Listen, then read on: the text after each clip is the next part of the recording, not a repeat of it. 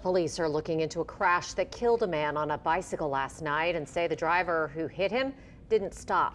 Investigators say the cyclist was on I-10 West near I-610 just before 9 last night. He entered the right lane of traffic and was struck by a passing car. The cyclist died there at the scene, and police are trying to track down the driver who hit him. We should mention it is illegal to ride a bicycle on the interstate. Only motorized vehicles are allowed, and the only time you can walk on the interstate is if your car or truck breaks down. And unfortunately, that's not the first bicyclist who has been hit by a car in the past few days. An almost deadly experience for a nurse when she was leaving Jazz Fest on a bike and was hit by a car. Alyssa Curtis joining us now in studio to tell us more about another crash, Alyssa, that involved a bicycle.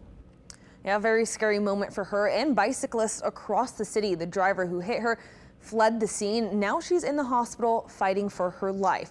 With the second weekend of Jazz Fest here, we wanted to talk more about cyclist safety. Catherine Elkins was leaving Jazz Fest Saturday, April 29th, when she came up to the busy intersection at Esplanade Avenue and Claiborne.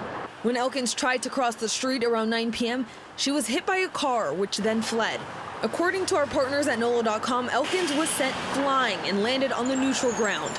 Her sister told the Times-Picayune that thankfully a paramedic was nearby and she was rushed to the hospital. Now she's fighting for her life. According to the Times-Picayune, Elkins has been diagnosed with a traumatic brain injury, a lacerated liver, multiple spine fractures, and an open ankle fracture.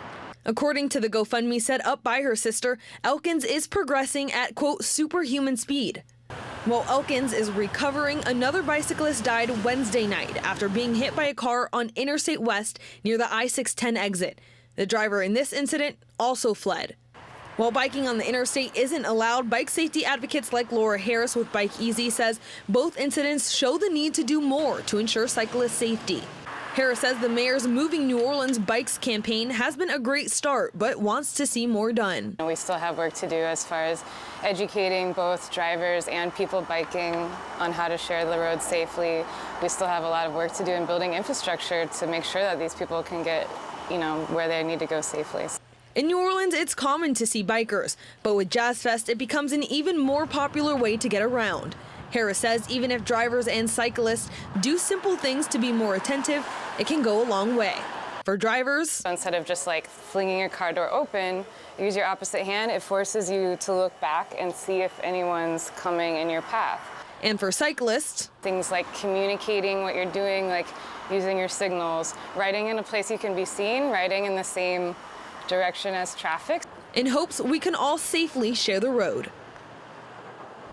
The mayor's Moving New Orleans bike campaign was aimed for creating more low-stress bikeways and walkways. A spokesperson for the mayor said the city has installed about 30 miles of bikeways under the program so far, and they're planning for more bike lanes to be installed this spring. Well, DA Jason Williams has filed